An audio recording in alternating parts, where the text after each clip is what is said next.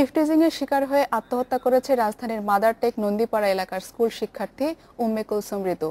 শনিবার নন্দীপাড়ার বরিশাল হাউজিং এলাকায় এ ঘটনা ঘটে। স্বজনদের অভিযোগ, স্থানীয় রঞ্জন মণ্ডলের ছেলে শিমুল মণ্ডল ঋতুকে দীর্ঘদিন ধরে উত্ত্যক্ত করছিল। East point education school and কলেজের নবম শ্রেণীর ছাত্রী ছিল উম্মে কুলসুম ঋতু। স্কুলে যাওয়া আসার পথে স্থানীয় বখাটে শিমুল ঋতুকে দীর্ঘদিন ধরে উত্ত্যক্ত করত বলে অভিযোগ করেন শিক্ষক রকিবুল ইসলাম। শনিবার সরাসরি ঋতুর বাসায় গিয়ে উত্ত্যক্ত করে ও আজেবাজে কথা বলে শিমুল ও তার বন্ধু রফিক। এই অপমান সহ্য করতে না পেরে ঋতু অন্য রুমে ঢুকে দরজা বন্ধ করে বিষপানে আত্মহত্যা করে। তারা সবাই আসার পর আরো গালাগালি করে যে আমরা মার্ডার করছি, আরো 2টা মার্ডার করছি, এটা একটা মার্ডার করলে তোমার মেরে ফেললে কি হইব, এই এলাকা আমার কেউ কিছু করতে পারবে না, যে আমাকে কেউ দূরে রাখতে পারে নাই, আমি কোর্ট থেকে ছুটে এসে পড়ছি। এই ঘটনায় ঋতুর ফুপু মুনিরা বেগম শিমুলকে দায়ী করে হত্যার অভিযোগ এনে অপরাধীদের বিচারের দাবি জানান।